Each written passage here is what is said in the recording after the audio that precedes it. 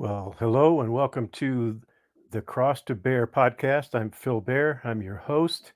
And today we're going to be talking about Marxism in our part two of our discussion with my buddies at Free Thinking Ministries. But before we get started, I want to ask you to please subscribe to my channel if you haven't already. We're also simulcasting this on the Free Thinking Ministries channel, and I want to encourage everyone to subscribe to that channel as well if you haven't already. And I also want to encourage you to donate to Free Thinking Ministries. They are an excellent ministry and they're well worth the donations and investments that you may want to make with them. I want to just give you a quick announcement about my books. You can find them on Amazon, and in the description there's a link to all the books on Amazon.com that I have written. And if you just go to Amazon and search for Phil Bear, that will do the trick as well. I want to make sure that I mention that anyone who wants to ask questions to feel free to ask those in the side chat. But I think we're going to keep our questions kind of toward the end of the broadcast, and that way we can make sure that we make the best use of our time, because it's kind of limited here. We have a presidential debate coming up in a couple hours, and we want to make sure that everybody who is anxious to see that, that can be free to do so without getting hung up on something that goes too long for us. So real quickly, I'm going to give you just a quick screenshot of the book that we're going to be talking about today. It's a book that I wrote a couple of years ago called Marx Attacks. It's defending our institutions against the invasion of Marxism and the social justice cult. So if you're interested in reading that book, be sure and go over to Amazon and look it up. And I would be very grateful if you wanted to go ahead and get that and read it. So right now I'm going to introduce my friend Tim Stratton and my other friend Josh Klein, whom I have never met face to face, but not in person anyway. No, I still call him friend. So, but Tim and I have spent a lot of time together, and he's Too a much cherished time. friend. Too much? I'm just kidding. No. How are we going to roll that back? That's what I want to know. Yeah. No, we've sorry, go ahead. Well, I was just gonna say, I live right on I-80. Well, so does Josh, by the way, but at different places on I-80. And so Phil, you're traveling I-80 quite a bit, it seems. So whenever you're driving through, we always try to spend a little bit of time together and go out to eat and argue with each other, and also agree a lot with each other. But it's always a very deep and meaningful conversation, and it's just always awesome to hang out with you, brother. Well, that's going to happen tomorrow. I'm driving through Kearney tomorrow afternoon. Well, come on. Thanks for the heads up. No. Well, I sent you a heads up, and I sent you I texted you a few weeks ago. Yeah, you know me. Yeah, and your comment was "Let's party" with an exclamation point. That's right. Okay, all right. That's right. I remember that. Now it's starting to come back. Where do you live, Josh? Are you close to I-80 also? Is that? Well, I mean, not really. I'm like 10 minutes away from I-80. I-680. It really is where it's I-680. It's kind of near where I live, but yeah. Okay. In Omaha. All right. Well, I'll be going through Omaha tomorrow too. So there you go. I won't have time to see both of you though, so I'll have to apologize. No, that's fine. Hey, I just have a couple comments before we get going here. Everybody, Phil said you should donate to Free Thinking Ministries. I also want to say, hey, you should financially support Phil Bear. Also, Phil, tell him about your 501c3 and how people can donate to you. Oh, I don't have much set up right now. It's a very simple arrangement at the moment, and you can Venmo me at Phil Bear just at Phil Bear on Venmo. Okay. I don't have all the tax deductible stuff set up yet, so if you do donate, then I can't promise a tax deduction for it. I apologize for that. But it's a good cause, so yeah.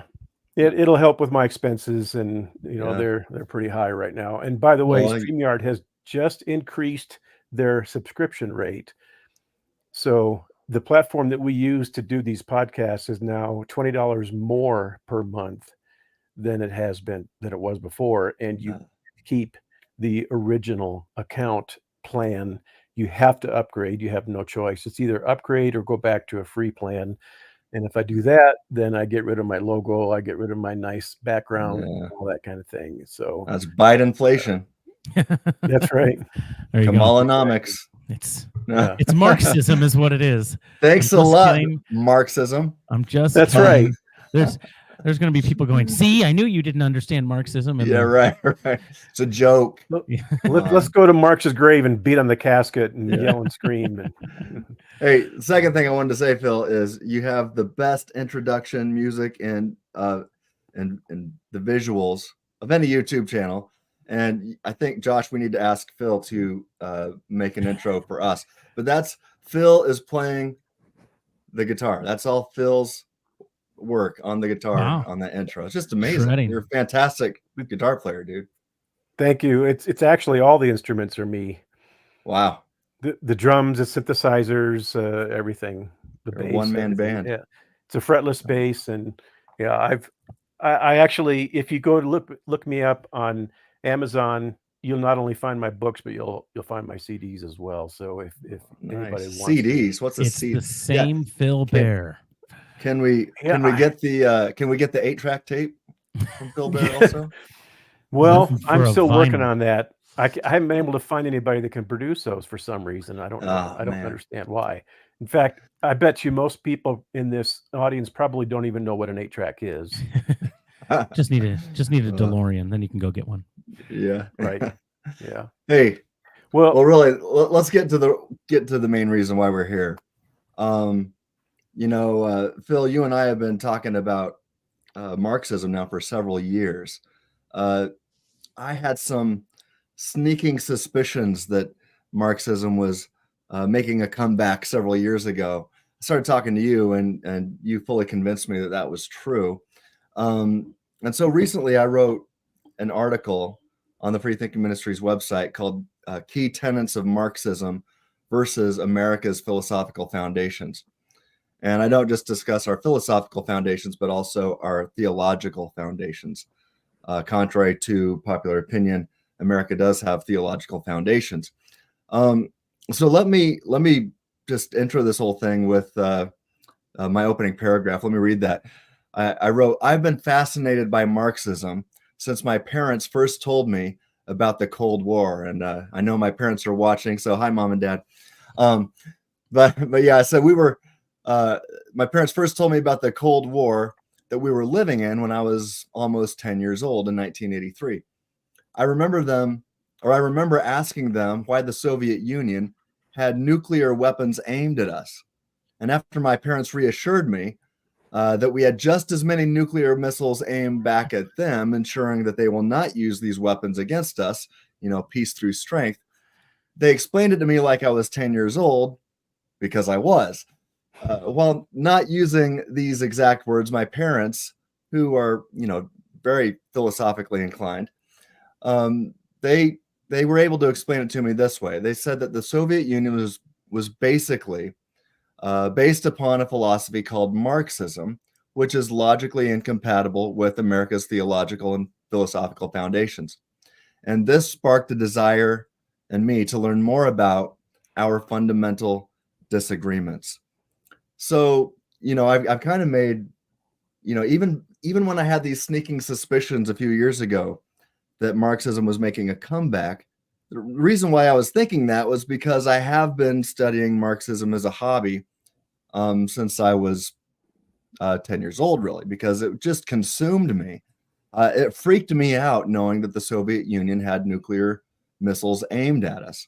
And so I really, as a 10-year-old, I might have been, overreacting to it, but that freaked me out so much so that I wanted to learn about what was driving the Soviet Union to aim these weapons at us. And so I don't claim to be a Marxist scholar, but as a philosophically inclined analytic theologian, I've applied the tools of this trade to my hobby of studying Marxism and America's theological foundations and philosophical foundations. And so I don't claim to be an expert, but I do love having these discussions. And two of the people that I believe know more about this topic than me are the two of you. So I have some questions that I want to ask you guys, and I want you guys to do most of the answering. I might add a few thoughts here and there, but I want to ask the question. So even though we're on your show, Phil, can I kind of take the reins and be the interviewer here? Absolutely. But I just want to make a comment real quick before we start, and that is that this is part 2 of our discussion on Marxism. And in part 1, we kind of reviewed a little bit of the high-level history behind how Marxism has actually evolved through the decades. And one of the things that we pointed out was that there's such a thing as classical Marxism, which had to do with economic theory. And there has been a shift now into cultural Marxism, and that has to do with social theory. And we laid that out a little bit. So I want to refer back to part 1 if people can find that. And if they haven't watched it, please definitely go back and watch it, because you'll get some background to what we've been discussing today. So yeah. So take it away, Tim. All right. Well, the first thing I want to start out with, first question, people might be surprised to think, well, what in the world does this have to do with Marxism? But first, let me ask this question. Guys, can you please define racism? What is racism? That's a good question. That's been a very, very difficult kind of slippery eel to be able to define. And the definition I'm going to give you, and you can tell me what you think about this, Josh. We haven't actually talked about this beforehand. This is all unscripted.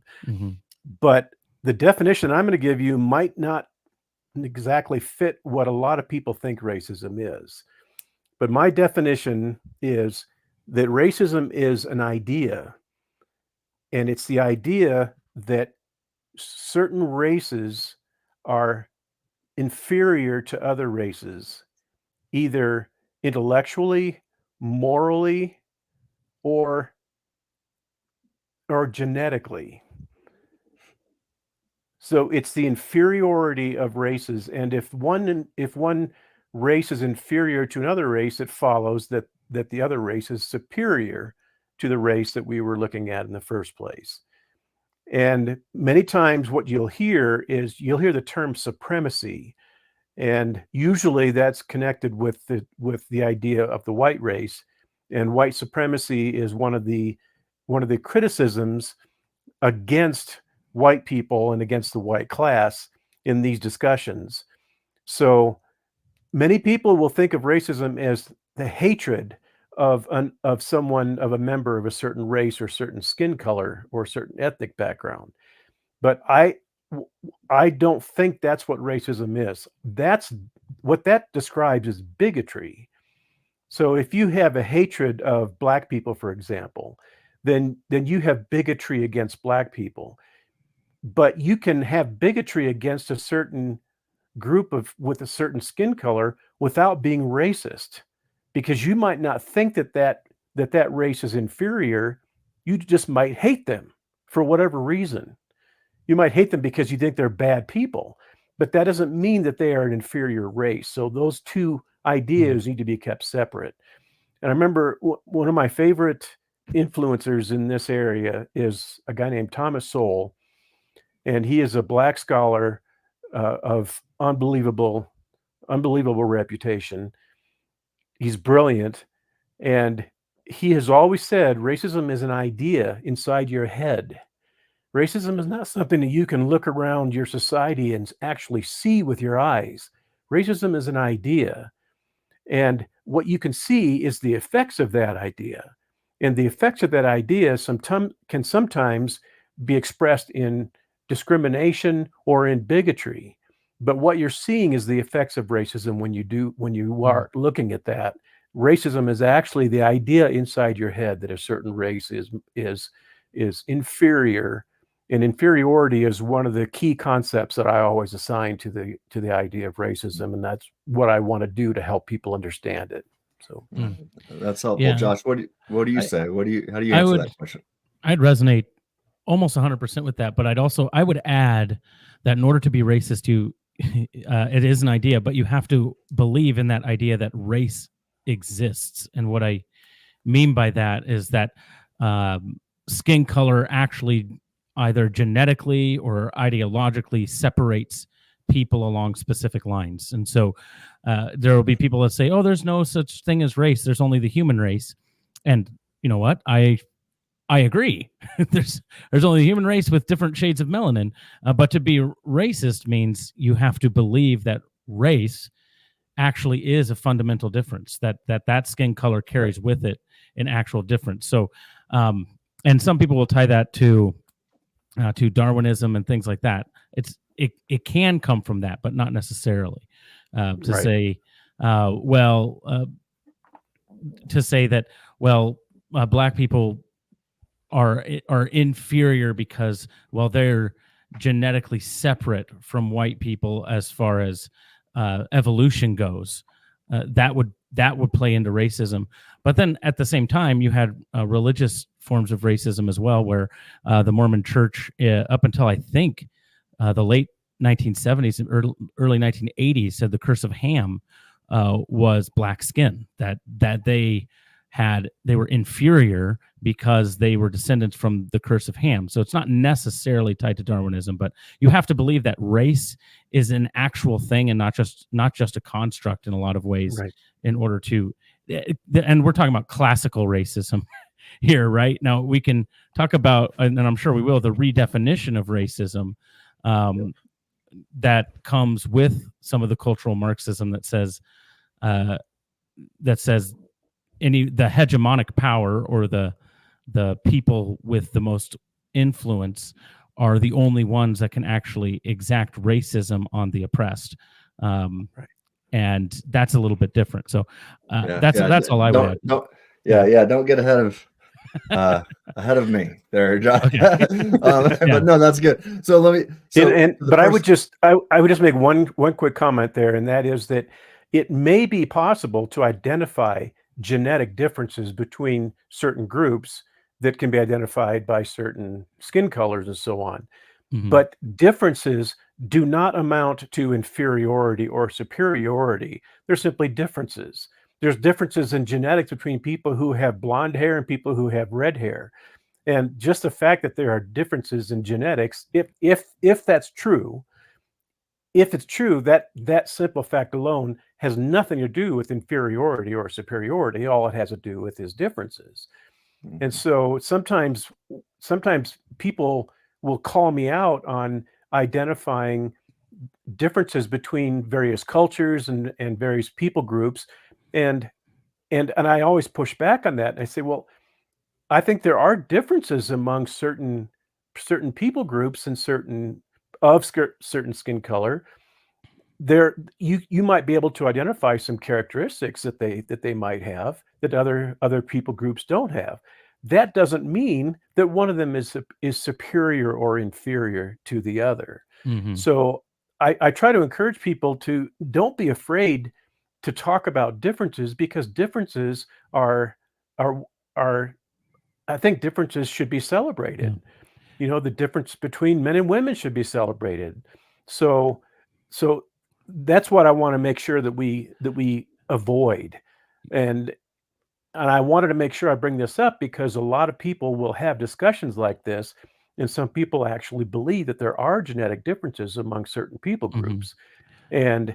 And if we don't cover that, I think that we might not have been as thorough as we needed to be. So and can I add one thing before we move on to the next thing as far as differences goes? Okay, never mind. Well, let's move on. I'd add one more thing even to that, is to say, when we talk about superiority and inferiority, we're talking more about value and worth than anything, because there are differences genetically where somebody that has a different skin color than me might have a superior athletic build than mm-hmm. I do, coming from Germanic roots, right? We have different. So if we play basketball, they're going to be superior to me in that sense, but it's not as far as moral value or worth. Right. And so I think that's the distinction that I would make. Right. All right. Well, since this is supposed to be about Marxism, and I start off with a question about racism, how in the world is racism related to Marxism? Yeah. Well, that's pretty simple to answer because I described at the in the first video how there is a methodology and kind of a mind virus, I would call it, Yeah. connected with Marxist ideology called critical theory. And critical theory is a way of spreading messages that appeal to people's rage and resentment. And if you criticize a certain class of people and get them to be resentful against that class of people by telling them that they have been oppressed by that class of people, one of the primary and most common messages that is delivered through the weapon of critical theory is all white people are racist. Mhm. And not only that, but white culture and white civilization is systemically racist. In other words, there's systemic racism in white culture that's built in, it's baked into it, and it's a part of its essential nature. So if that means that if you are white, you are a racist, period. And the reason that they say that we know that you're a racist because you're white is because that's the definition of being a Mm. racist. If you're white, you are a racist by definition because you are the minority or the majority class, and the majority class always oppresses the minority classes. And if that's the case, one of the ways that they oppress them is through this idea of racism, and that's how Now, the two of them are connected. now, Phil, Mhm. you're saying that with sarcasm there, because when you said the the opposing or the oppressing class always oppresses those without, how did you say it? The The majority oppressor, class the always majority oppresses the class. minority class Yeah. in Now, because we don't that's the think that part that's of necessarily true, but you are appealing to what when you're saying that? well, what I'm doing Most is just I'm general drawing Marxist thought. from Yeah. the messages of critical theory. Critical Yeah. theory contains a message that says that you are automatically and you are by nature racist if you are a white person, Mhm. if you have Right. white skin color. So Yeah. what Yeah. I'm doing is I'm describing the messaging of critical theory when Mhm. I say that. Yeah. Right, right. And it's not even necessarily that is a moral statement in critical theory. It's just a statement of fact in their minds. Like they're saying you are racist. I think it's Richard Delgado. You can correct me if I'm wrong here, Phil. But in his work on critical theory, that says racism is ordinary.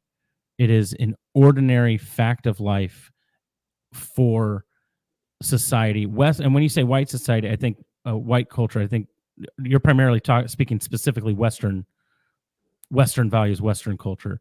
And so I think he says um, that racism is ordinary. So it's just what is normal. It's normative. We're So born that way. yeah. So what do we do? Well, then we need to deconstruct the ordinary, the normal, the normative. We need to resist and be part of the revolution against the ordinary and the normative. And this is similar to what Ibram X. Kendi argues as far as how to be anti-racist.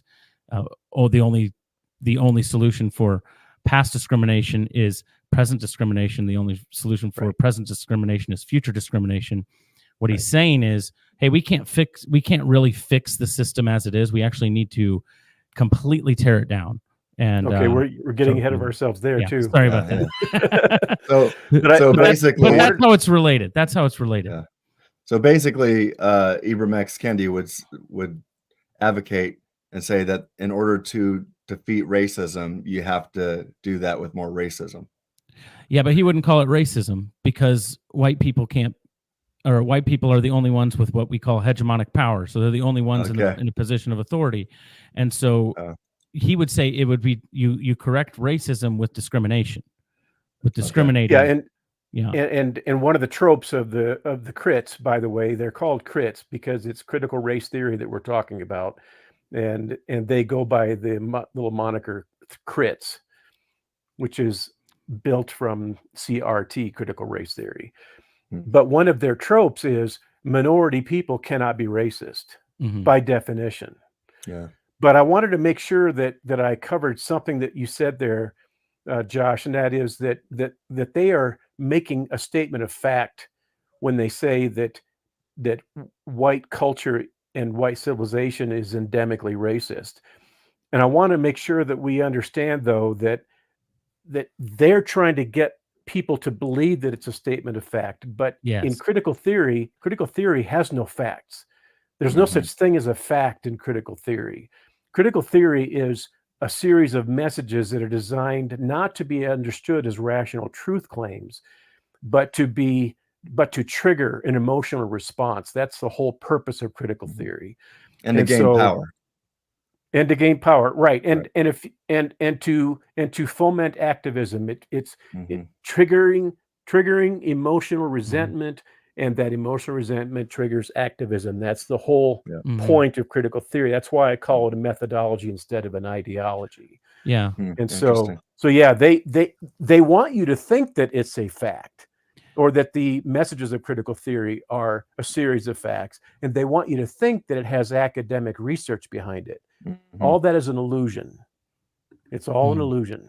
Yeah. Well, and the statement of fact is basically it's just to say, no, you can't argue with it. It's true. Like that's the statement of fact is to say, nope, that's just the baseline. It's just true. You can't. I don't care what evidence you present to me. If you present to me evidence, if a black person presents evidence, if Thomas Sowell presents evidence that racism isn't ordinary, they'll say, well, he's just affected by white society, and that's his internalized white supremacy that's coming out. It's not really his fault. The fact is that all white people are racist. And, so their belief, I was going to say, their belief is unfalsifiable then, because as soon as you start to argue against it, I mean, I've seen with my own eyes, people, those folks say that logic is racist, that mathematics is racist, that science is racist. So as soon as you start to bring any evidence and or rationale arguments to the contrary of their beliefs, they'll just dismiss it because they'll say, hey, you're just a racist trying to use that to keep your power. So what can you do? We mentioned in the last podcast, in the first episode, that truth for a Marxist doesn't mean the same thing as it means for people who think in the classical logical sense. Yeah. Truth is not something that can be described as a property of rational propositions. Truth is whatever will contribute to the success of the revolution. That's what truth is for them. So when they say systemic racism exists and that all white people are racist, when they say that's true, they don't mean the same thing that we mean when we say that's true. When they say that's true, that's going to be instrumental in helping to foment the revolution that they want to occur and that they're trying to engineer. So we always have to keep that in mind. It can be really, really confusing when we and when you sit down and have a discussion with people of this nature, then you have to make sure that you understand what they mean by certain terms and what we mean by certain terms, because most people are going to miss all these discrepancies if they don't understand the linguistics behind all of this. Okay. For instance, and this will be the last thing I say on this part, but for instance, just as an example, Ben Shapiro, if you know who he is, has come out against critical race theory. He's talked a lot about it, but he is famous for constantly saying, where is the systemic racism? Show it to me and I will fight it with you. He'll say that. But that's not the goal. The goal isn't to eradicate racism within the system. The goal is to overthrow the system. So when the Harvard professor comes out and says, actually, according to our studies, police altercations with unarmed black people is actually not as great of an issue. I don't know if you remember this. He ends up getting fired from Harvard, I believe. I'm pulling this out of the top of my head, but I think you'd have to look it up. So he actually does a study proving that this police systemic racism is largely untrue, and then he gets fired for it. Well, he didn't get fired because it was untrue empirically. He got fired because it was untrue ideologically. That if you say the true thing, the actual true thing, and it doesn't match up with the true narrative, you must pay the consequence because that halts the revolution. So that right there is, I just gotta say, that's evidence that Marxism and Marxist ideas have overtaken the universities. If that can happen at Harvard, what's that say about Harvard? Absolutely. And people want to say, "Oh, it's not." I was talking to a well-known Christian philosopher not too long ago, and he said, "Oh, I don't think there's any evidence of Marxist ideologies taking over universities, or even in political systems or in Washington." I mean, this right here, that example is evidence that Marxism is alive and well in America today. Yeah. So let's shift gears. Let's keep going here. How is racism? Might sound like a dumb question, but how is racism related to slavery? Well, it's kind of this is part of the whole narrative of critical theory, and that is that critical theory wants people to believe the myth that that racism was the cause of slavery, especially in the antebellum United States. So the Western civilization is racism. Western civilization spread to the United States from Europe, and they brought their racism with them. And their racism was what galvanized the institution of slavery, because the slaves were black people and the slaveholders were white people. And so it was all about racism, and racism was the basis for enslaving black people on the part of white people. And the problem is that that's actually not true. If people are trying to take these as facts, as verifiable facts, they're going to be misled, because slavery has never been about racism. Now, slavery can sometimes lead to racism, because if you enslave a group of people who are mostly of one skin color, then you begin to try to justify this atrocity by saying, well, these people are inferior that we're enslaving, and so it's okay for us to enslave these people because they're not really human. They're actually inferior. And again, I appeal to Thomas Sowell constantly, because he's one of my favorite scholars and one of the most brilliant ones that has written and spoken about all of these issues. And Thomas Sowell said that black people were not enslaved in the antebellum United States because they were black. They were enslaved because they were available. And then, after years and years, decades of slavery, people began to see black people as inferior because they were trying to justify the moral atrocity of slavery. So slavery was not based on racism. Slavery produced racism for a great many people, not for everyone, but for a great many people. And so the other thing that people are usually not aware of is that there was a greater percentage of slaveholders there was a greater percentage of black slaveholders to the black population in the United States than a percentage of white slaveholders to the white population. So let me say it again. Yeah. The percentage of black slaveholders, and there were lots and lots of black slaveholders, the percentage of black slave owners to the black population in the United States in the antebellum South was greater than the percentage of white slave owners to the white population. Okay? And the other thing that people don't know is that there was never more than 2% of the entire population of the United States who were ever slave owners. If you ask somebody how many slave owners, what percentage of the white or the population of the United States were slave owners in the antebellum South, people will come up and say, "Oh my gosh, it was just so pervasive." I'd say 50%, at least. And I've actually heard people give me an estimate of 75% of Americans when slavery was still legal and was still being practiced, that 75% of the American population were slave owners, that everybody in the South were slave owners. But the truth is that the percentage of slave owners to the entire U.S. population has never in history been over 2%. Really? I was unaware of that. So fact. there are just unbelievable amounts of numbers of myths that people actually believe, just because this narrative had been repeated so often. All of these lies and all of these distortions of history have been repeated over and over and over again.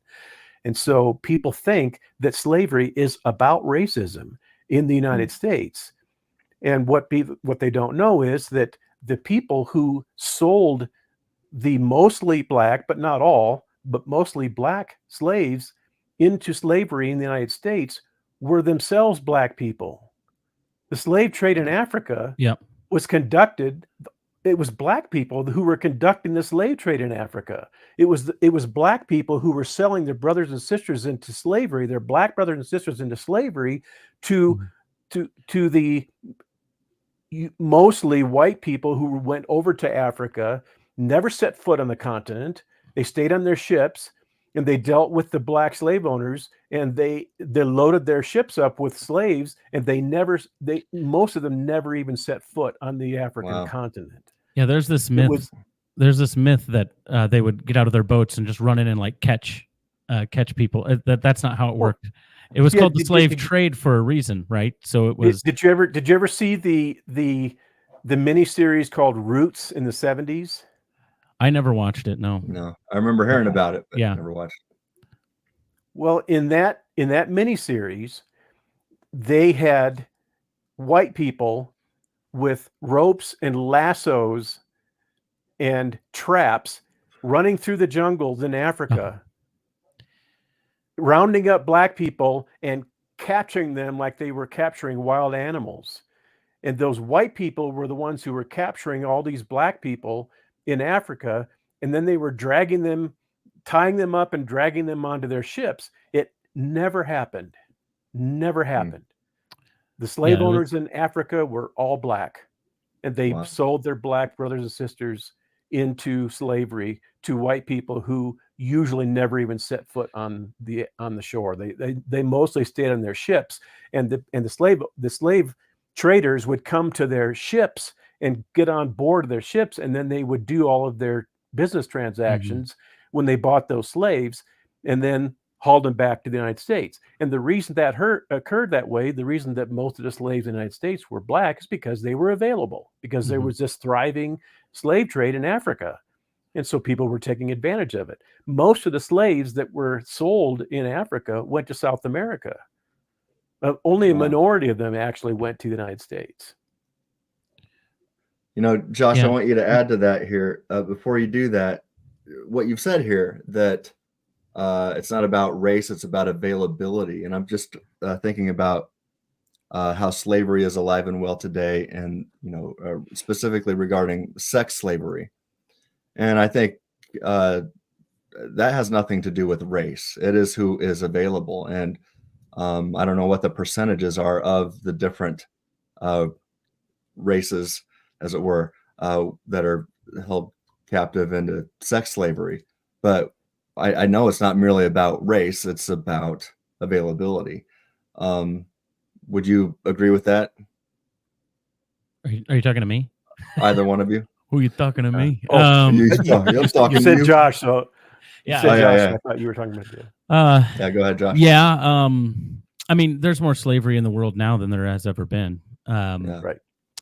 Realistically speaking, as Phil's saying, and I want to be clear that this is not an apologetic for slavery. This is to say, slavery was evil, but it was done historically. all of our ancestors were slaves at some point. Slavery was just the way of things historically throughout the entire existence of humanity. It's a very recent, very recent in the history of humanity where we have overcome slavery and no longer need it. But now we're slave to debt collectors and things like that. Right. But one of the things I would say is, yeah, slavery is. Josh, let me stop you right there. You said we no longer need slavery. What do you mean by that? Oh, did I? Is that the words I used? You did. Well, you said we no longer need it. I just wanted you to clarify. Yeah, well, and if you rewind the clock 2,000 years, a lot of the slavery was debt-oriented slavery. Yes. So you would go do something and you would get into debt, and so then you would be an indentured servant or you become a slave to pay off your debt. That was a lot of slavery. Or they didn't have credit cards back then. Yeah, no. Or it was an area is conquered, and because of war and conquering, you subject the people who are conquered into physical and manual labor so that your people who did the conquering don't have to do the physical and manual labor. And I'm not arguing that any of those things are good things. I'm just saying that it's different. We had no clue. When people get upset at the founding fathers, say, oh, no, they love slavery because they owned them. You go, well, rewind 200, 300 years, and they might have had an idea that this was wrong and we need to change it. In fact, a lot of them did, but they didn't know how, because the history of the world had never eradicated slavery anywhere. So I think the first non-slave state was supposedly Haiti in like 1786 or something like that. And I think that's, you don't quote me on that. It's 1780 something. And so how long is that after the forming of the colonies? So all of that to say, it was normative, not that it was good. And then finally to say that I do think slavery aided in this idea of racism as racism developed in the United States and the arguments over slavery occurred. Yes. So I would say racism wasn't the cause of slavery, but slavery could be seen as the cause of racism in the United States, at least, in a lot of ways. And then for people like to misunderstand history, and they don't like to, they just do. They misunderstand history. One of my least favorite things is people appeal to the 3/5 compromise all the time as, see, they saw slaves as 3/5 of a person. And that's just a misunderstanding of history. It's just not understanding that they're trying to eradicate slavery. They don't know how. They're saying, well, we're only going to count 3/5 of your population if you're going to have slaves. Why should we give you more representation in Congress because you have non-freed people that you own? Like, we're not going to give you more representation. And the whole goal of that was so that Congress could eventually have more representation in the North to legislate slavery out of existence. Right. It didn't work. It didn't work. If you were against slavery during the framing of the Constitution, you would have wanted that number to be 0. Mm-hmm. You wouldn't want them to be counted as 3/5 of a person. You would have wanted them to be counted as 0 of a person, because the more representation the slave-owning states had in Washington, the more chances that slavery was going to continue. And if you wanted to abolish slavery, then you wanted to count the slaves as 0, not as 3/5. That's why it was called a compromise. Yep. The compromise was, the compromise was, okay, well, we're willing to let you count them as 3/5 of a person because that's less representation that you'll have, and therefore less power that the slave-owning states are going to have than if we were to count them as one person. But people use that as a trope to claim that the Constitution of the United States is racist because it considers black people 3/5 of a person. Well, I've got news for you. The word black does not exist in the Constitution. Mm-hmm. And if you were a free black person, then you were counted as one. And if you were a white slave, and there were hundreds of thousands of white slaves, If you were a white slave, you counted as 3/5 of a person. So it didn't count blacks as 3/5 of a person. It counted non-free persons as 3/5 of a person, and that's what the Constitution actually says. Yeah, and even in that context, it's 3/5 of the total slave population. It's not individually going from person to person saying you're 3/5 of a person. Saying if you have 5 slaves, you get to count 3 of them in your population count. Right. So, Phil, I know our viewers are going to want you to clarify this.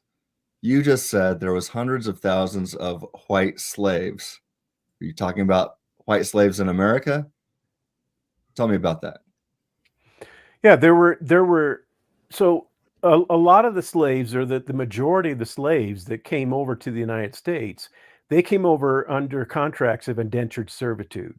That was true of black people often, but it was true of white Europeans who came to the United States, who were dragged into the United States, and they were indentured servants, and they were considered non-free people by the Constitution in the United States. They were treated with just as much brutality and cruelty as any other slaves of any other skin color in the United States. So there was such a thing as a white slave in the antebellum South, and there was such a thing as a free black person.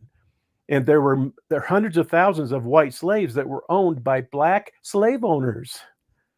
And that will just blow some people's minds when they hear that. They don't. Most people are completely unaware that there was such a thing as a great many black slave owners in the United States in the antebellum South when slavery was still legal. And the black slave owners were among the most cruel and barbaric of the slave owners. And there were many white slave owners that were kind to their slaves by comparison. Now, again, this is not an apologetic for slavery. I'm not trying to justify slavery. What I'm saying is that people don't know what they're talking about when they discuss slavery in the United States, especially when they say that slavery is the result of Western civilization's racism. But I guess which civilization is the only one to eradicate slavery in human history? Yep. Western civilization. Yeah. Yes. Which is code word for Christianity. Based on a Judeo-Christian worldview. That's what I've said. You don't get eradication of slavery without Christianity. You just don't. Right.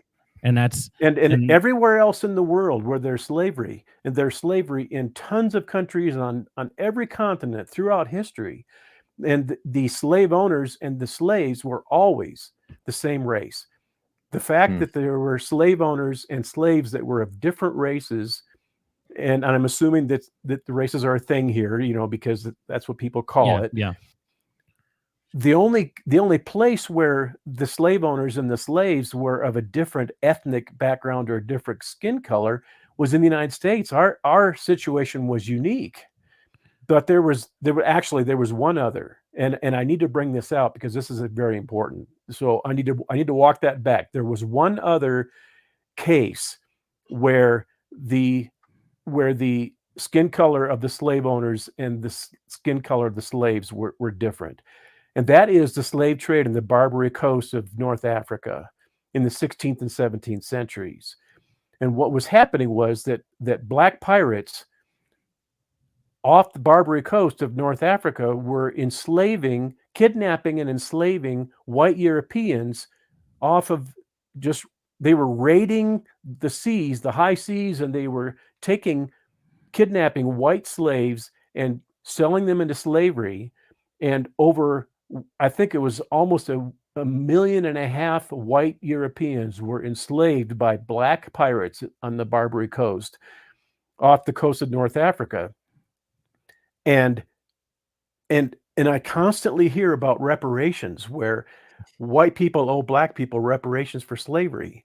And so my question is, if that's the case, why don't black people owe white people reparations because of all the black pirates who kidnapped and sold white Europeans into slavery, where 1.5 million of them were enslaved, were beaten, were raped and murdered at the hands of black pirates. Why is it that black people don't owe white people reparations for that? And I usually get a blank stare whenever I hear that. So yeah, this is not an apologetic for slavery. This is simply what we're saying is that the relationship between racism and slavery is not what people think it is. They are usually completely uninformed about all these things. Yeah. And last thing, when we got to move on, but to say that they're linked, like I said before, you can say that they're linked because, especially in the United States, because racism was predominantly white people with black people, and then that resulted in racism. But one of the things that critical theory does is actually it reinterprets history to suit its own ends. Right. Yeah. And so that's what the 1619 project did. If you see that, Yep. and then when you call them on it, you go, oh no, it's just I'm telling a story. It's just, yeah, okay, maybe not all the historical facts are correct, but the spirit of it is what really matters. Is what Nicole Hannah-Jones said, and so it really reinterprets history through the lens of critical theory, moving backwards in time and imposing this oppressed oppressor narrative of skin color onto the history, and then pulling it into the future, saying, you see how awful it was. And so then you're in the middle of having to have this conversation where you're going, well, I want to be specific and nuanced, and you go, wow, you're defending racism. And I go, no, I'm not. I'm defending truth is what I'm doing. Yeah. And so that's also that's where it comes from. Yeah. Also, real quickly, and I don't want to spend very much time on this, but have you guys ever heard the lyrics of the song "From the Halls of Montezuma to the Shores of Tripoli"? Does anybody know what that means? Does anybody know what that was all about? Never thought about it. That was the shores of Tripoli were United States forces invading the Muslims on the black in the Barbary Coast, invading Tripoli in order to liberate all those white Europeans from the slave trade that I was just talking about. Wow. And no one is very familiar with that time in history. It was in the first decade of the 20th century. It was like first decade of the 18th century or the 19th century. It was I think it was somewhere around 1803, 1804 when that battle took place. And the reason for that battle was to end the slavery on the Barbary Coast.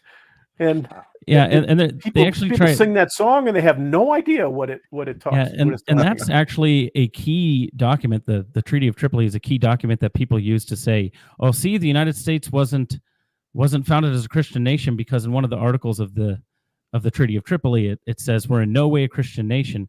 It's because they're trying to barter with a Muslim pirate group, and they're saying, "Oh no, we're not fighting for Catholicism or for the Pope. Like that's not what we're doing. We just want our people back. That's it. Right. Like this is not a religious conflict.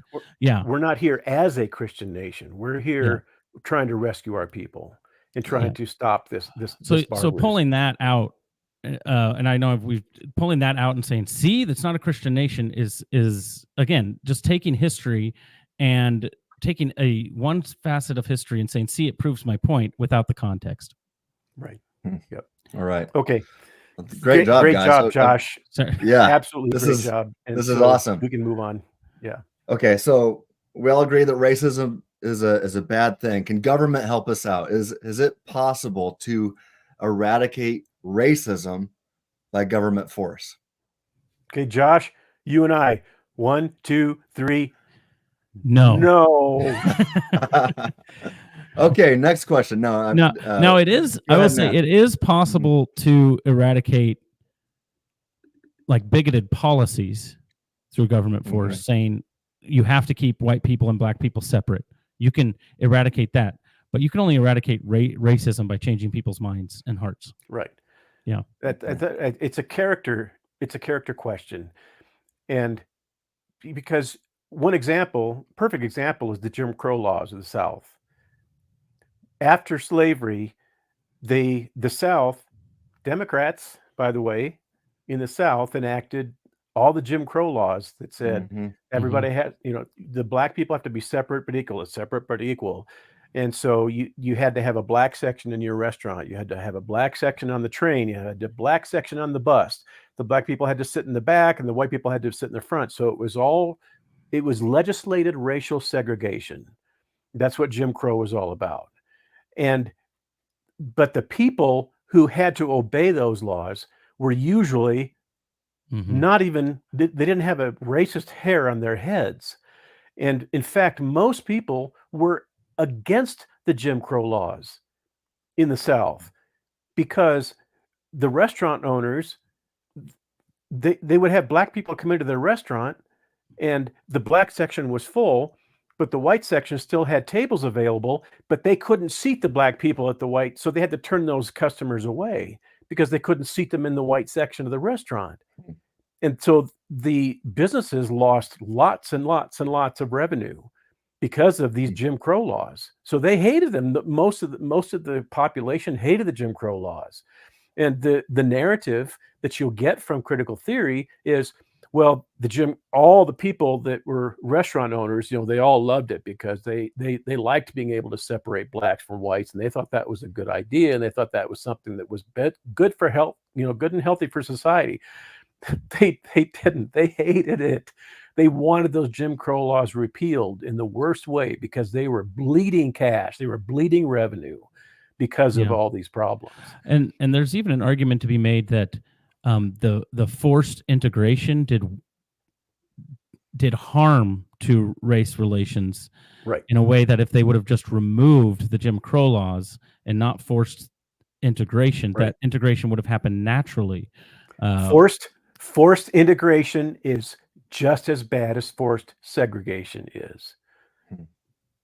Let me say it again. Forced integration is just as harmful, just as destructive as forced segregation is. Why Let is people that? self-sort. Because why? Especially when you do it to kids.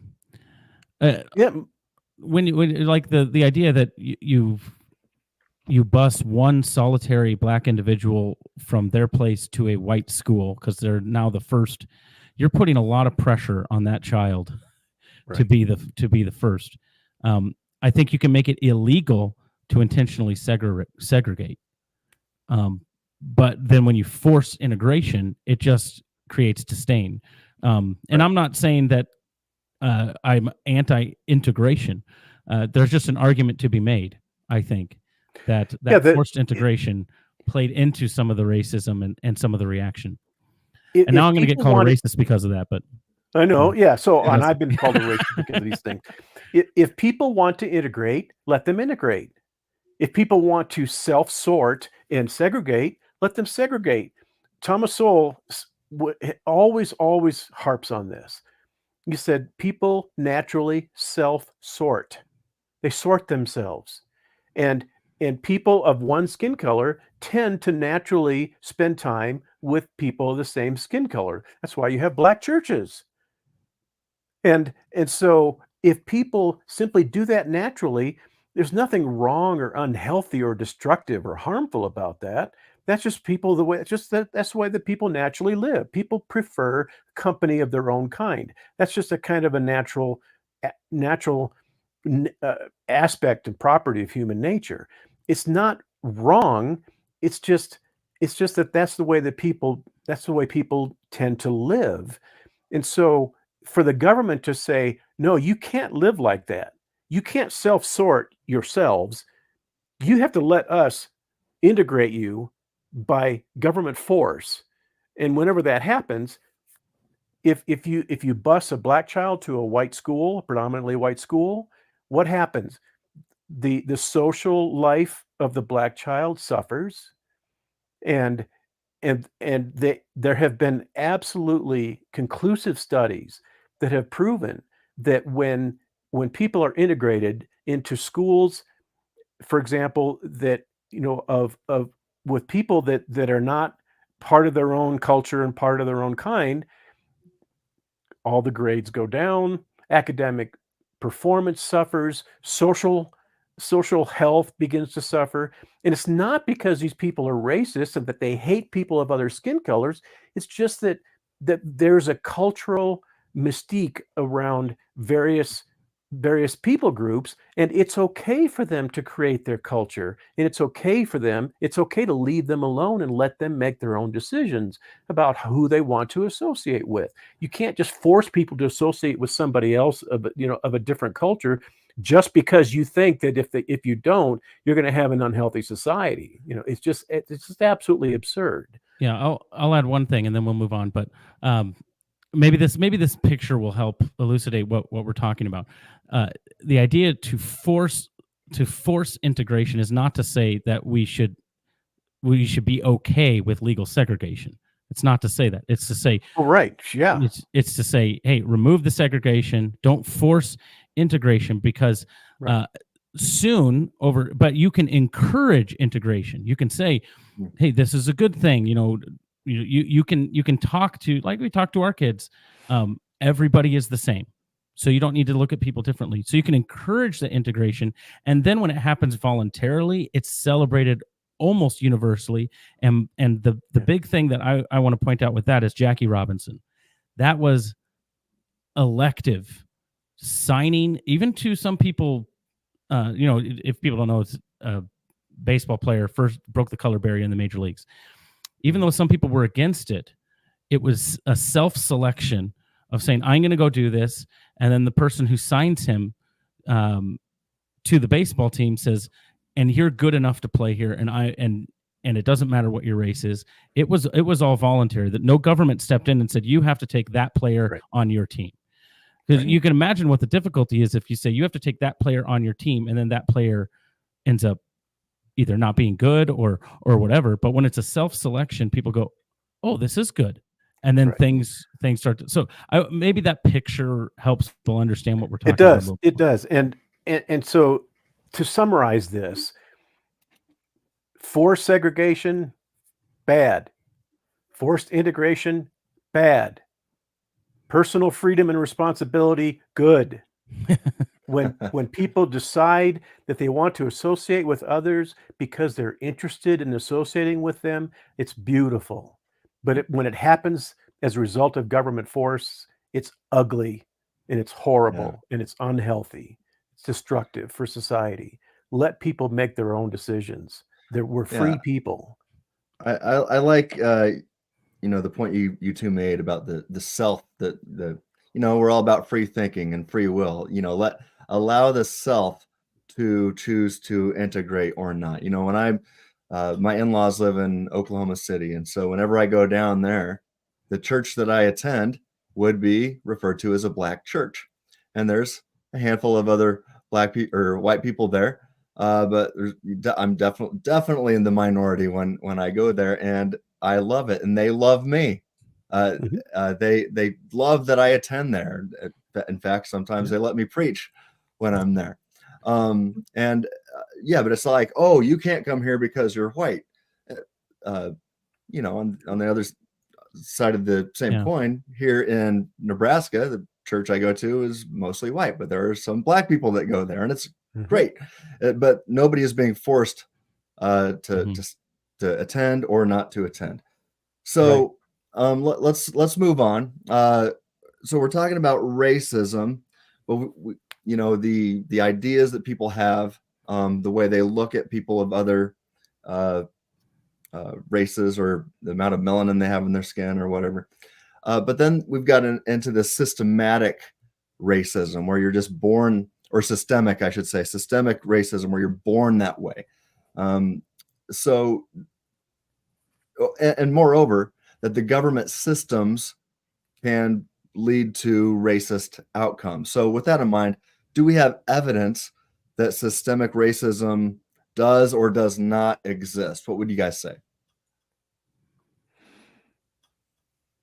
Nope. Since affirmative action was overturned by the Supreme Court, no. Okay, give us some more on that, Josh. Unpack that. Affirmative action was a law that said, basically, it gave colleges the ability to have racial quotas for their system, to factor in race as a determining factor of who they would let into a university, right?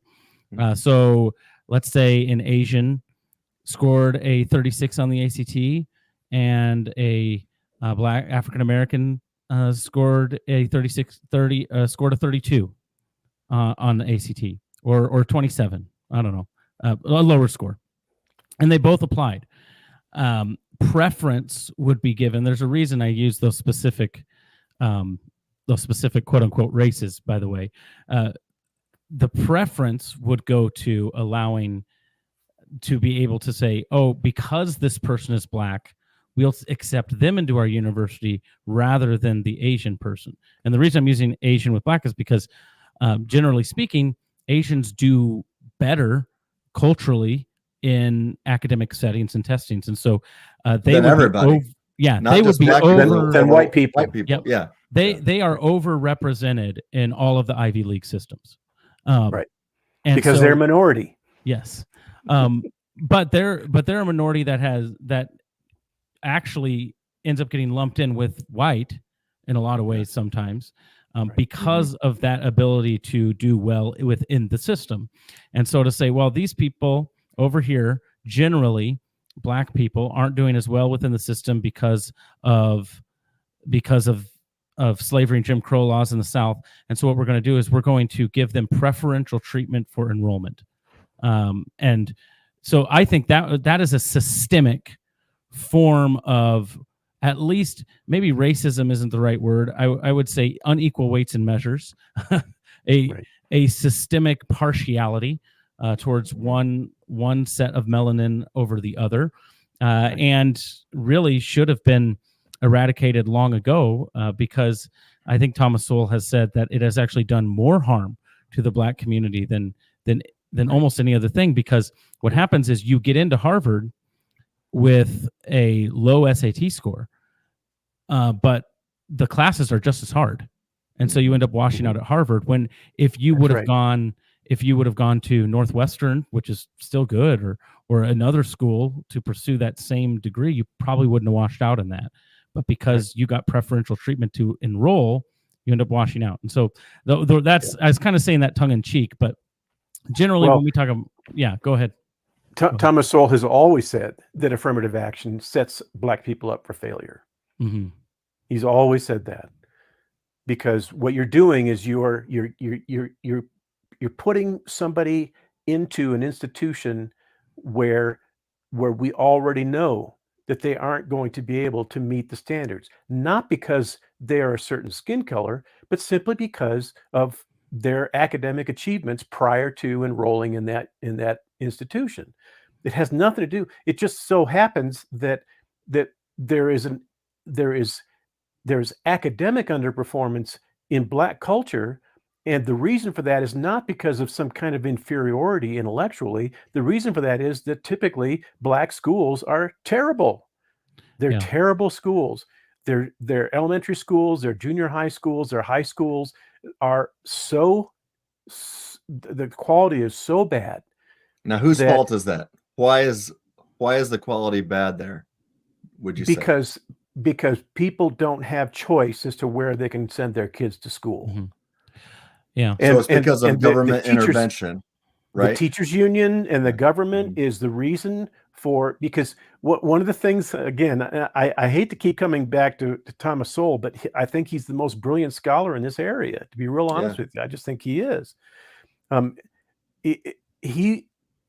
One of the things that Thomas Sowell would constantly say is that you can never trust a government institution where people pay no price for being wrong, or for being incompetent, or for making a mistake.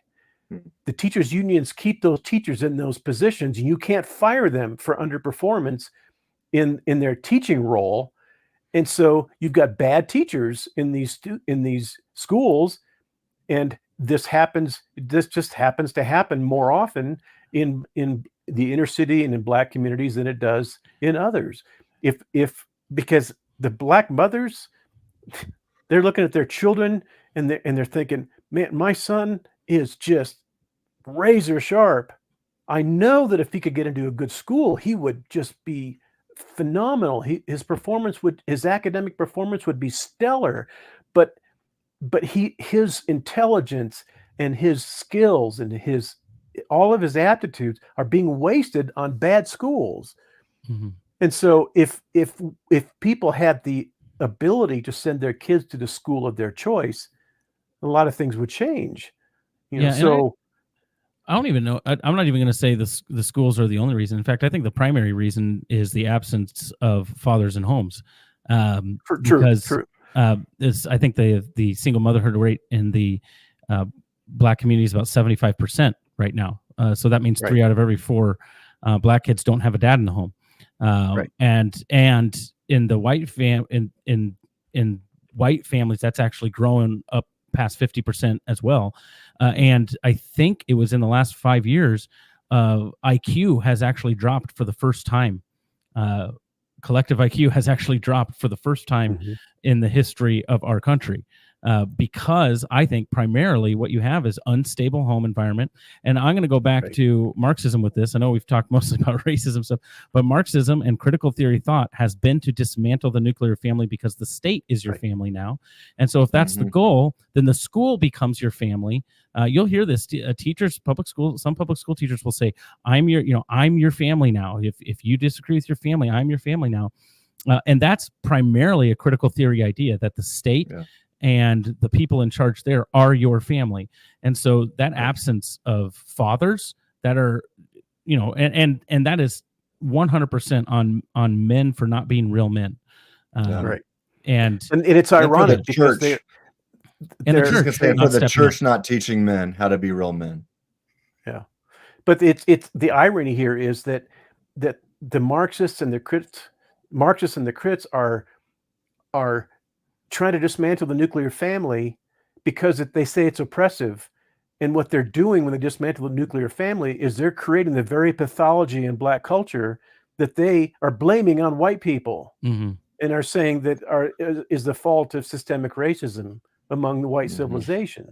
And I think it's not a bug, it's a feature, because then you can continue to claim victimhood. Like, no, you don't need a family. You just need more justice. You just need more justice, more social justice. So it's not really actually a bug. It's not that, and make these white people pay. Yeah, it's not a bug in their system. It's actually a feature to keep the grievance going. Right. But Tim, you asked the question, what is there evidence of systemic racism? And my first answer was no.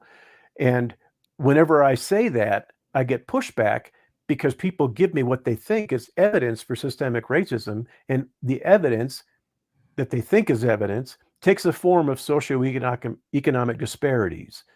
So whites are up here in the economic scale, Blacks are down here, whites are up here in the in educational performance and educational achievement, and Blacks are down here. So there's all of these social and economic disparities going on. So therefore, it must be because white people are oppressing Black people.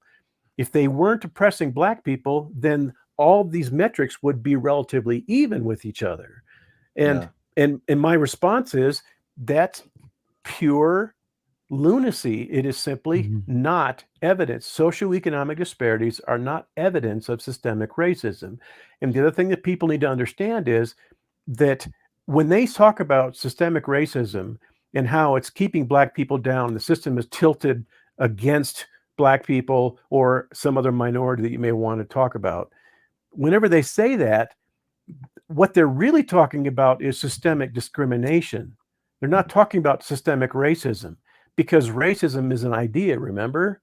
Systems are not minds. Only minds can hold ideas. So a system can't be racist. It can only have policies that may have a certain outcome, and they're blaming the policies on the racism of white people, and they're saying those policies are discriminatory, and that's the reason why all these socioeconomic disparities exist. And that is the only evidence that we are ever given whenever you ask for evidence for systemic racism. Systemic racism is an ideology. It's a fantasy. It's a myth that people use in order to justify their activism against Western civilization and their desire to pull it down. And it's also unfalsifiable. It's in fact, I can't remember which. Maybe you'll remember, Phil, but there's a crit scholar, quote unquote scholar, that has said that the racism of Jim Crow is not as bad as the systemic racism of today. And the whole thing is, well, it's because it's hidden now, and you might not be able to prove it in court, but it's there.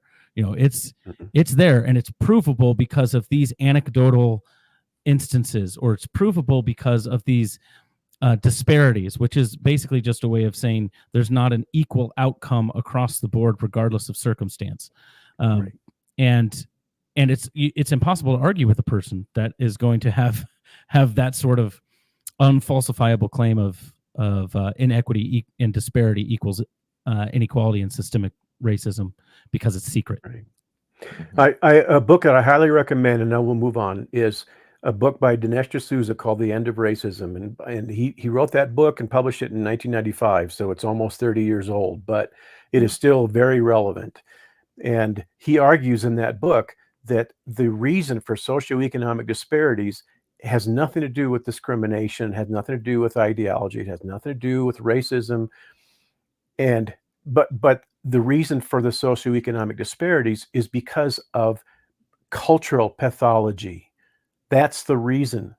And cultural pathology is a result of the breakdown in the family, because you have higher crime rates, you have higher incarceration rates. Whenever you destroy the family within a certain people group or community, then you're going to create these disparities. You're going to create the disparities in incarceration rates and in academic performance and in performance in the economic sphere. So it's cultural pathology, but the problem is that people don't like to talk about cultural pathology because you can't control that with legislation. You can't enforce the outcomes and the benefits of in the absence of cultural pathologies. If a culture begins to thrive and become more healthy, then all of those disparities are going to tend to diminish over time. They're not going to disappear, but they're going to diminish over time. And if that's the case, that's something that has happened because the culture has become more healthy, and you've got fathers in the home, and you have healthy children who are motivated and loved, and they're healthy psychologically and spiritually and emotionally. And so that's going to start to close those disparities. But people don't want that. They don't want those disparities to be closed, because if they are, then a lot of people are going to be out of business, because there are so many people in the race hustling industry that are making millions and millions of dollars off of the racial grievance industry in culture. And that business is going to get shut down if cultural pathologies begin to heal. Yep. And generally speaking, government intervention in cultural pathologies actually makes them worse and not better. Oh, always. Yep. Always. You guys talked about how people look at the different disparities that we might see today, and then people jump to the conclusion and say, well, it must be racism or it must be discrimination. And so, I've called that the racism of the gaps, which is similar to, what Christians have often been accused of. It's like, hey, you can't explain something. So, well, it must have been God did it. Well, that's God of the gaps reasoning, and that has been shown to be fallacious. You can't just jump to that conclusion. You have to argue for it and connect some dots, and there are some really good arguments that do conclude, therefore God exists, like the Kalam cosmological argument, things like that's not God of the gaps reasoning. But this, when you just jump to disparities, therefore it must be racism or it must be discrimination. Well, that's racism of the gaps, and you have to argue and connect those dots for us. Right. So, Phil, you brought up this pathology, social pathology. If systematic racism and class oppression don't exist, what's the real cause of this social pathology? Well, we already talked about it. It's the breakdown of the family. Breakdown of the family. Okay. It's poor schools. It's the failure of government. And part of it, by the way, is due to that forced integration. And Right. when you make discrimination mandatory, legally mandatory, it's going to be extremely destructive. When you make discrimination illegal, it's also going to be destructive because government does not have the wisdom to be able to make decisions for people. For example, if a young mother wants to hire a babysitter for her toddlers, and then a convicted child molester comes along and says, "I want to apply. I'd like to be your babysitter. Hire me as your babysitter." That young mother is going to discriminate against that person. Mm-hmm. But if discrimination is illegal, then she can't discriminate. She has to hire Yeah. that convicted child molester to be the babysitter for her kids. And if she isn't, then she's breaking the law. And so that's a rather extreme example, but that shows you how absurd it is to make discrimination illegal indiscriminately. See what I did there? See, indiscriminate discrimination and illegal discrimination. Yeah. You know. So, but yeah, to comment on that, Josh, and then we can go on to the next question. No, I'm good. We can move on. Well, I've got it. Here's a question. I had, we've got about halfway through the list of questions that I have for you guys today. And given that the presidential debate is about to come up soon, I'm wondering, should we wrap things up now and come back either next week or the following week to do this continued series on Marxism, or do you want to just plow through and get it done tonight? What do you guys think? I think we can plow through. I mean, let's. My show, so we have to do whatever I say. Well, I just don't want to miss the debate. That's I'm thinking about. Yeah. Let's. So what if we go to the question 8?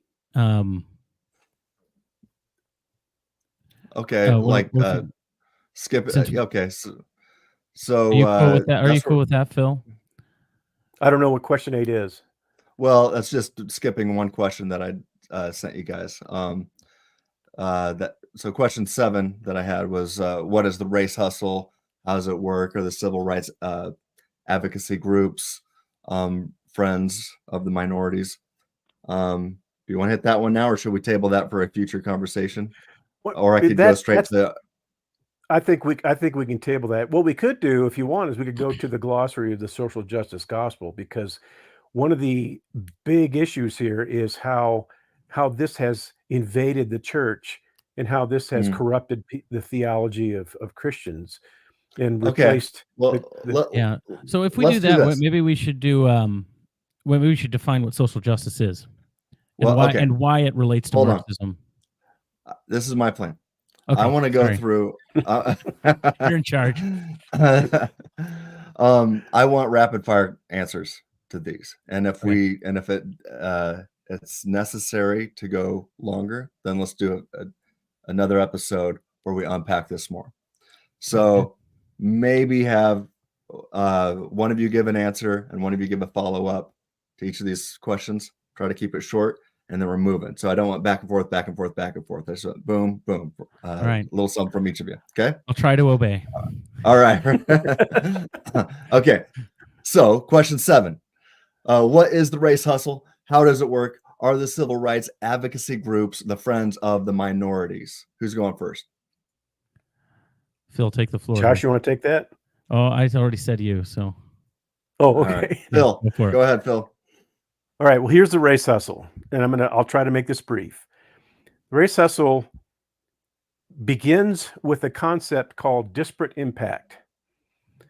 And the race hustlers like Al Sharpton will approach a corporate CEO and say, hey, guess what?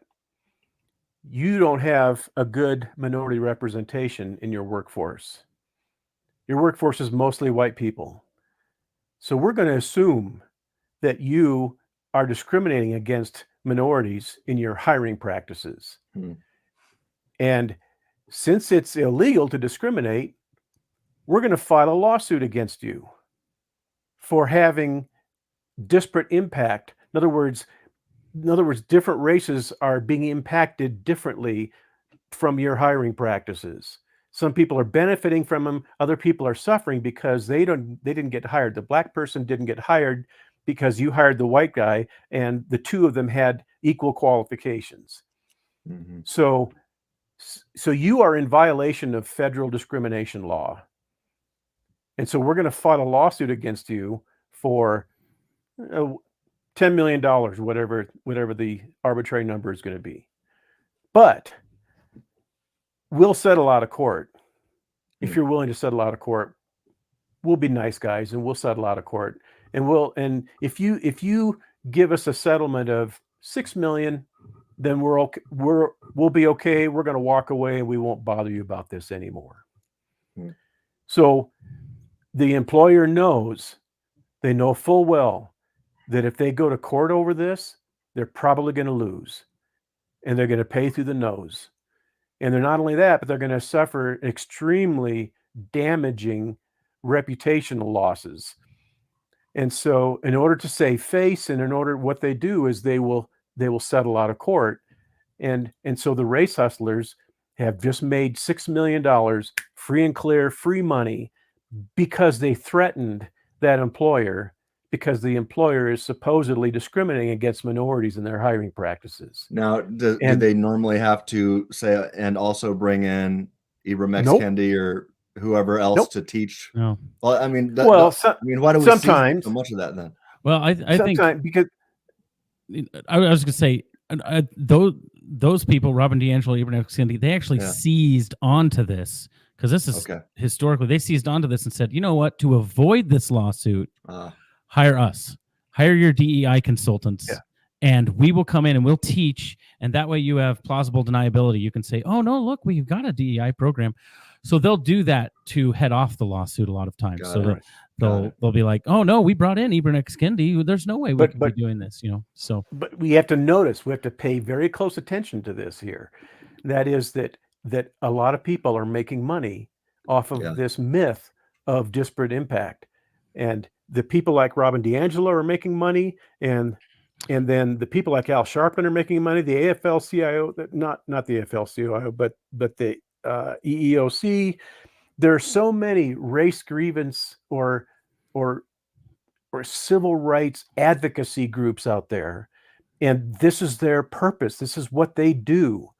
These civil rights advocacy groups are saying, hey, minorities, we're going to go on, we're going to fight for you. We're going to go to this corporate America, and we're going to fight for you. We're going to change this whole problem of discrimination, because you're being discriminated against in favor of the majority class. And the second part of that question is, are the minority advocacy groups your friend? And the answer is absolutely not, because whenever these transactions occur, they rarely go to court. They rarely go to federal court. What happens is there's a settlement out of court, and the race hustlers make millions upon millions of dollars, and no changes are made in the actual workforce representation of minorities. It does not help Black people because nothing changes. That corporate entity that was attacked by the race hustlers, they didn't change their hiring practices. They didn't fire some white guy and hire a Black person. No changes were made. Nothing was accomplished except that the race hustlers got rich. All right. Well, let's move on. Was that rapid fire enough? That was good enough. Yeah. All right. I remember when I was at Biola, I had Mike Licona as a professor, and it rocked my world when he made it clear that every single person is biased. Is he right? Do we all have an implicit bias? What would you guys say?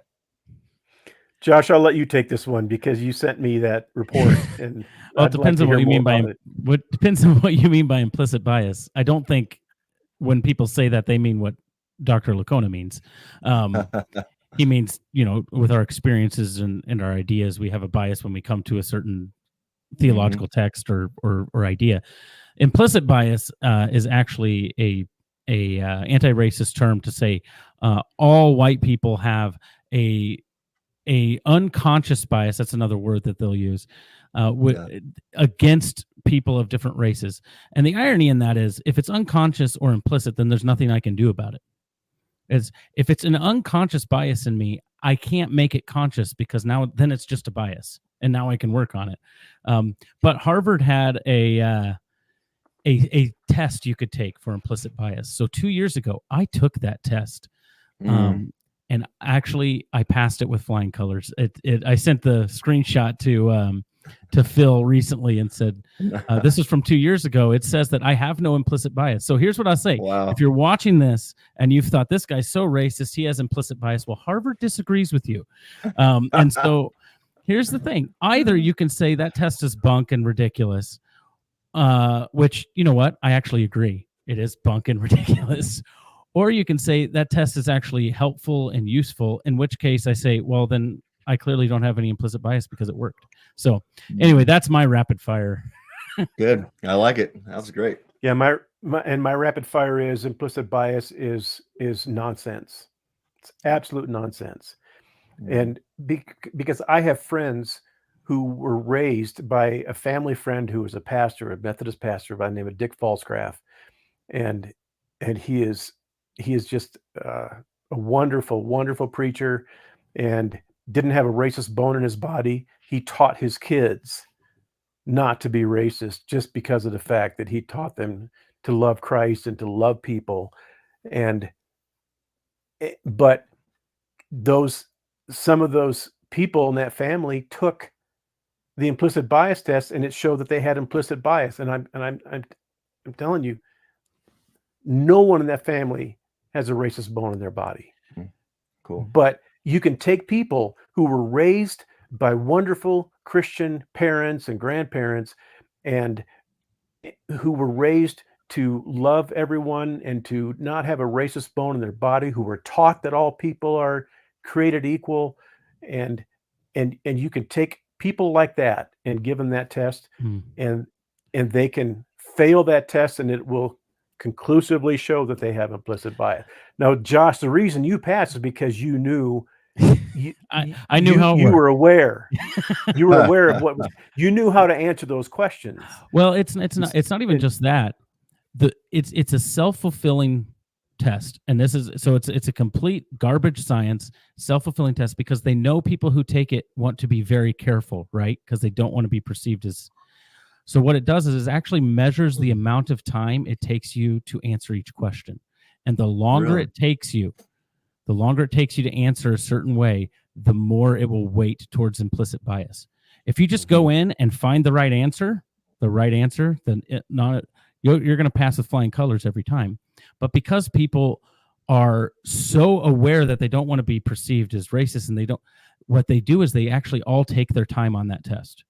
They all read it carefully so that they can answer it exactly right. And that test then spits out, oh, because you took the amount of time you did, you have implicit bias. It's junk science. It's awful. It's ridiculous. Harvard should be ashamed they ever put it out. And that's why I knew how I could take it. Whether or not I have implicit bias, you can't tell by that test, because I knew exactly how it worked. And I didn't read up. I just knew how it would work. And so I went through, took it as fast as possible, and it said I wasn't implicitly biased. So you can either agree with me that it's complete garbage, or you can agree with it, and then I don't have implicit bias. So now we can talk about. It's a win-win for you. Yeah. Right. Heads I win, tails you lose. Yeah. And the other consideration that we have to be aware of is that you can answer a question like you go to school and you meet two students, two classmates. One of them is white and one of them is black. Which of them are you going to make friends with? And a white person is going to tend to make friends with a white person. And they're going to conclude from that white people are racist. Where the truth is that people normally tend to make friends with people of the same skin color, the same culture, that people that they have things in common with. Black people do the same thing. If you were to give a black person a choice, so if you were to interrupt you really quick, that's I mean, I do make friends with people who have similar things in common, and that's why I have so many black friends who are into apologetics and systematic theology and things like that as Right. well. So Yeah, people tend to make friends with people they have something in common with, and mhm, often that's simply because the fact that they are part of the same culture that they're from, or that they grew up in. And so, like I said, black people tend to make friends with other black people, and there's nothing wrong with that. It doesn't mean that they don't like white people, that they don't like that they hate white people. And the implicit bias test is going to ask them questions like that and draw conclusions because of the fact that people naturally self-sort, and that's a healthy Mhm. thing. It's not a bad thing. It's not an So you ugly thing. actually, you actually have 2/3 of a chance of getting that question wrong on the implicit bias test. And what I mean by that is, you can either answer it quickly wrong by clicking on "I would make a white friend first," or you can answer it slowly correctly, according to their framework, where you take time and you answer it with, "Oh no, I would make a black person," because you're saying, "Oh no, actually no, I would," and you click. But if you take any time at all, it's going to measure that against you, and it says it after it gives you the results. It tells you Right. what its methodology is. So I'm not making it And, up. and if It's what and it if you were given a choice between, do you want to make the friend of a white person or the friend of a black person, but you add more factors to it, would you make friends with a black person the same age as you? Would you make friends with a black person who likes the same Yeah. hobbies that you like? Would you like to make friends with a black person who loves to play basketball and you love to play basketball? Are you going to be more inclined to a white person make a friend with a black person when they have those kinds of things in common? They're going to make the friends with the black person because they have those things in common. They both interested in sports, or both interested in the same hobbies, whatever it happens to be. So these implicit bias tests are just absolute nonsense. That's the I best just used want to be word I can use. I just want to be friends with people who understand what rapid fire means. There you go. I I told you I tried to come on, obey, and I never come on, gave a guys. promise. No, I failed this implicit answer test. yeah. That's, all right, Go on. Phil. I remember talking to you in the past, and you talked about this cab driver analogy. What is this famous cab driver analogy all about? Okay. Well, I don't know it, so I assume you're talking to Phil. Yeah, yeah, Yep. it is Phil. Mhm.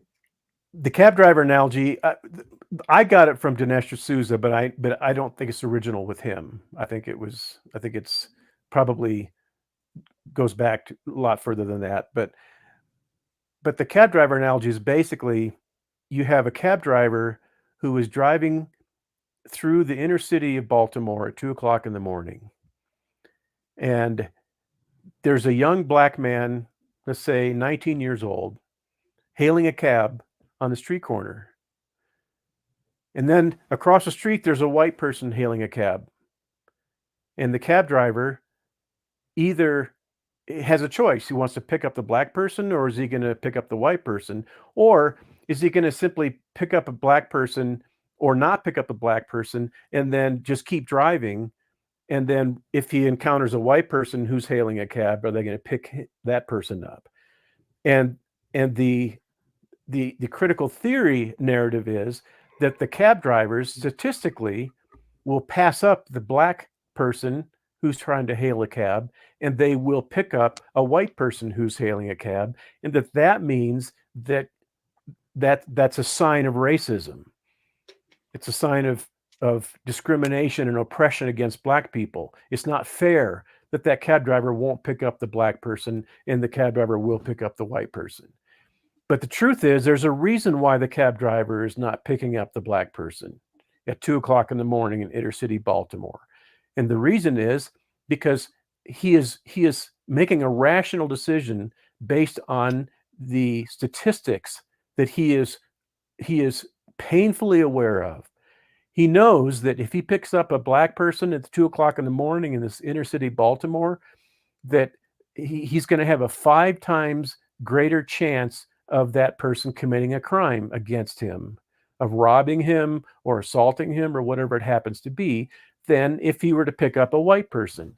And that's simply because blacks commit more crimes than white people do. in the inner city of Baltimore. It's simply a statistical fact. And so the cab driver is practicing what Thomas Sowell called rational discrimination.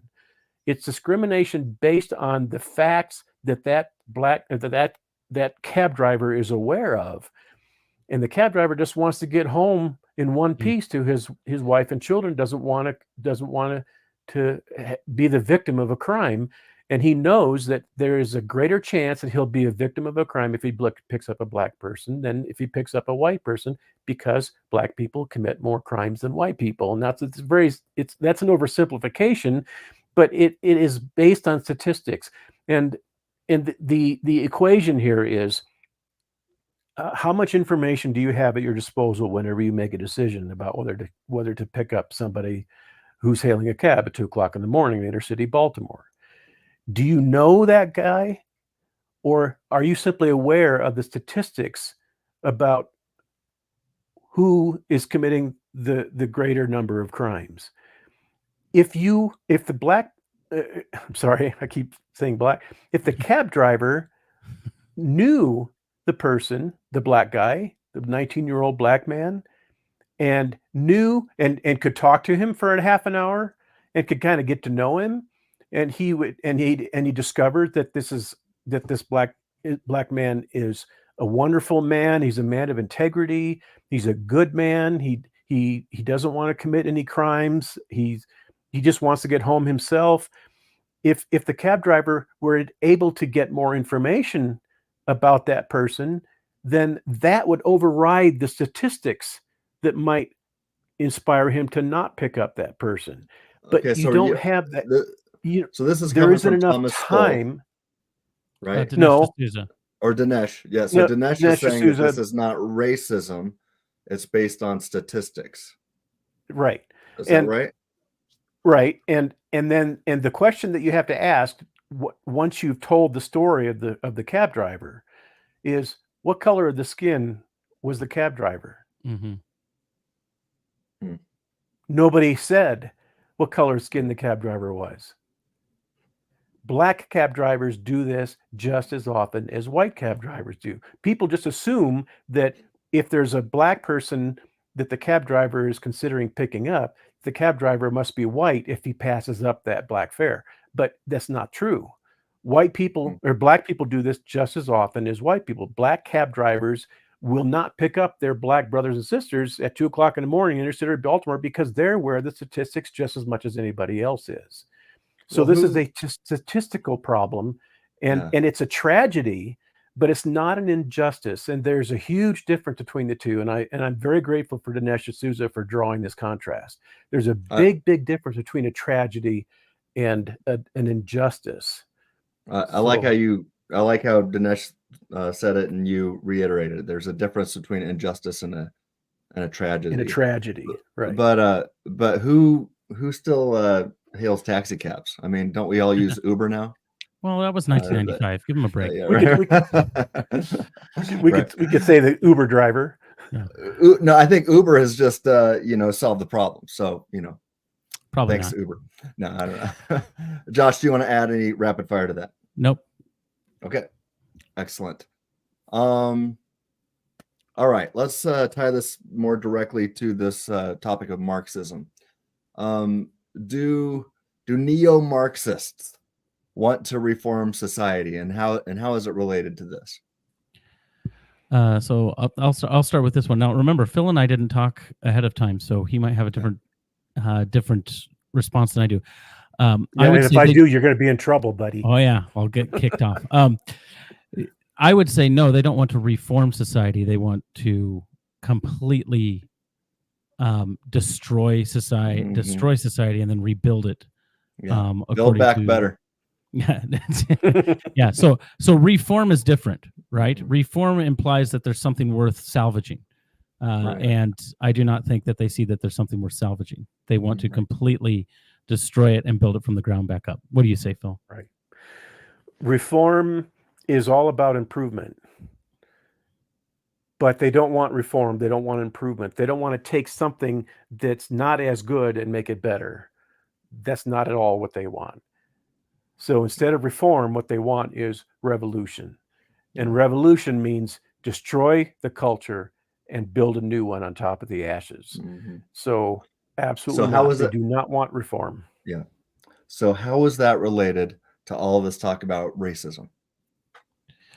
Why are these two things connected? If you can provide an insidious narrative where one group of people oppresses the other group of people, and it is entirely because of their skin color and because of the Western society that their skin color supposedly helped to form, even though it was Christianity, not any skin color that helped form it. If you can convince people of that, then you can completely overthrow that society, because that grievance network gets the hatred. So when you stoke that grievance and that hatred, destruction goes in its wake, and you need to look no further than 2020 George Floyd riots, and the people excusing them. Well, they've got insurance, don't they? You don't understand. They're upset and angry. Like, oh, did they maybe go too far? They didn't think they went too far. That was exactly what the intended response was. So that's how all of this relates, in my view. What do you think, Phil? I'm going to put on the screen a little bit of a preview of my glossary of the social justice gospel. And it's going to be the definition of the word class. And I'm taking this definition from Herbert Marcuse, who wrote Reason and Revolution, Hegel and the Rise of Social Theory. And this is how Herbert Marcuse defines the word class. He says the class is the actual social and economic unit, not the individual. It achieves an independent existence over against the individual, so that the latter find their conditions of existence predestined, and hence have their position in life and their personal development assigned to them by their class, and become subsumed under it. The personal individual becomes a class individual, and his constituent properties become universal properties that he shares with all other members of his class. His existence is not his, but that of his class. And the reason this is important is that a class cannot be reformed. You cannot fix the properties and characteristics and pathologies of a class. A class has a certain number of properties, it has a certain nature to it, and you can't change that nature. So if that class is determining the nature of the individuals that are a part of that class, that means those individuals cannot be reformed either. Those individuals cannot change. You cannot change the nature of the individual, because their nature is derived from their class. If that's the case, and part of the class of whiteness means that you are automatically racist simply because you're part of the white class, that means that you can never become a non-racist. And Ibram X. Kendi makes a huge point about this. He says white people can never be anti-racists. All they can ever achieve is being non-racist, but they can never be anti-racists, because it's not in their nature. All they can do is try to suppress their nature and try to be a non-racist, and that's it. That's the only thing they can ever hope for. So that's how racism and this revolution are related, because revolution means, guys, we can't fix this, so we've got to destroy it and rebuild something on top of it. And the reason that we can't fix it is because all white people are racist, and they're racist because that's what their class has determined them to be, and that can't change. And so therefore we have to destroy everything that's built on this class, and then build something else that's going to be more equitable in its place. And with that, I think we can wrap up. Yeah. And well, just so people know, that participation in the class actually doesn't have to do with skin color. It actually has to do with an adherence to Western ideals. That's why you can have internalized white supremacy, because that's why whiteness is a construct of supremacy, right? That it's the class. And so if a black person, Thomas Sowell is a great example. He would be called somebody that has internalized white supremacy, that is enabling the white supremacist framework, and thus he's not really black. Right. Yeah, and Biden Right. uses that And same terminology. You're not really and black the if you don't vote for classes me. Yeah. and Yeah. the classes we're talking about are cultural classes. And they are white, Christian, heterosexual, cisgender, and those are all labels that people put on classes. And so we are part of more than one class, actually. White people are part of the Christian class. They're part of the class of heterosexual, the class of heteronormativity, the class of cisgender, class of being religious. And so all these various classes that we belong to are going to define who we are, and that is immutable. Our nature is absolutely immutable based on the nature of those classes, because all those classes are intrinsically oppressive. They're not oppressive by accident. They're intrinsically oppressive, and that's part of something that's built into Western civilization. And all of those terms he used are part of actual various branches of critical theory. So it's critical gender theory, critical social theory, critical race theory. They're all branches of it. Yep. I have one more question. I want you guys to help make it our quick. viewers be quick. Yeah. But what's the the debate difference? people are warming up. Yeah. That's right. What's the difference between social justice and just justice, true justice? What is social justice? How is it different from true justice? Let me take this, Josh. Yep. You have the last word. It's your show. Yeah. All right. Yep. My show. I can do what I want. Yeah. I call the shots around here. Social justice.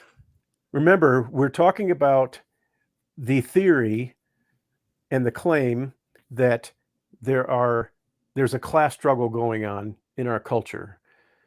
And the class struggle is happening between minority classes who are being oppressed and majority classes who are being oppressive. Social justice is what you achieve when you can tear down all of the power structures that a certain class has erected, destroy them, and create a classless society where everyone gets all the same stuff. Everyone is treated the same. There's now a classless society, and all this injustice goes away.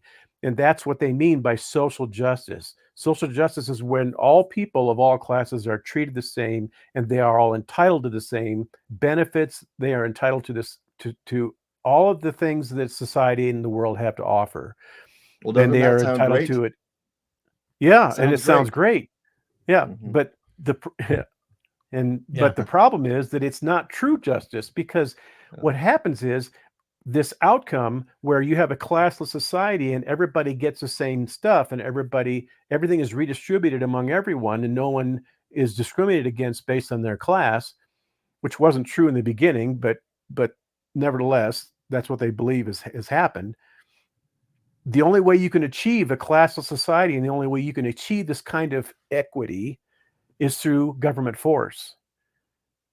And if the government is going to force everybody to be equal, the government is going to destroy individual freedom like nothing you've ever seen. And so what happens is you get a massive dose of injustice on the way to achieving what you think is the kind of justice you want, which is this social justice idea, which cannot be achieved. It simply can never occur. It's never going to happen that we're going to have people that are divided up into various groups in society who are all going to have the exact same income level, the exact same benefits, the exact same academic performance, the exact same economic performance. Despite it's never going to happen. Right. Especially That's right. After you factor in the free choices of each individual human, and then to say no matter how you choose in life, everybody ends up the same. Yeah. I mean, and this is why Marxism is equality of outcome. People will say, "Oh no, it's just elimination of class." No, it's equality of, because that is necessary for the elimination of quote unquote classes. And it's equality of outcome through government force. That means the government has to redistribute all wealth. It has to redistribute everything. Every social institution has to produce the same outcomes for all people, and everybody has to be on the same level playing field, is what they call it, quite often. The only way that you can do that is through government force, and if you do it through government force, individual freedom is absolutely destroyed, absolutely obliterated. So when we end in like 1 minute and people go watch the debate, I want people to listen to forced government coercion in order to even the playing field from one side of the aisle. It's going to be talked about, and it's going to be talked about through things like taxes on unrealized capital gains. Because what does that do? It makes people liquidate all of their assets. What does that do? It eliminates Wall Street and investment market. What does that do? It drives manufacturing from the private sector to the public sector. That's what it's designed to do. And so you're going to hear that. You're going to hear it. That's right. Well, I think we need to wrap up, but I think more conversation is warranted. So what do you guys say in the next week or two? Should we do another episode? Yeah, let's see if we can find some time. All right. Absolutely. All right. Yep. All we right. will. We'll definitely do it. Well, thank Phil, you, send us Tim. out of here. Yeah. Yep. Thank you, Tim. Thank you, Josh. You guys are amazing, and you're some of my favorite people in the whole world. You're so articulate, you're so wise, and you're so well informed in these things. And so I'm proud and humbled at the same time to have you as partners in this battle against Marxism, because Right back it at is you, Phil. great evil, and we've got to address it. We have to do something about it. So this is what we're doing about it, and this isn't going to be where it stops. We're going to be taking more measures, and we're going to do more work in this area. And so I'm excited to do that. So hey, I got an thank idea. you guys. Let's do a conference, Marxism conference, a Marx attacks conference. Yes, we got a little Phil? Green guys and how's that Marx attacks? I like it. All right. All right. We'll talk about it next episode. Okay. I like it. All right. All right. See you. So long, everybody. Stay close to the Lord, and don't let your hearts be troubled, like Sean Hannity says. Yes. I wish I could steal that from him, but I kind of feel you bad just doing did. it. It's okay. Yeah, Jesus said it first. Hey, what Josh so long, and I like everyone. to say is stay reasonable. Okay. Get out of here. See you later. Yeah.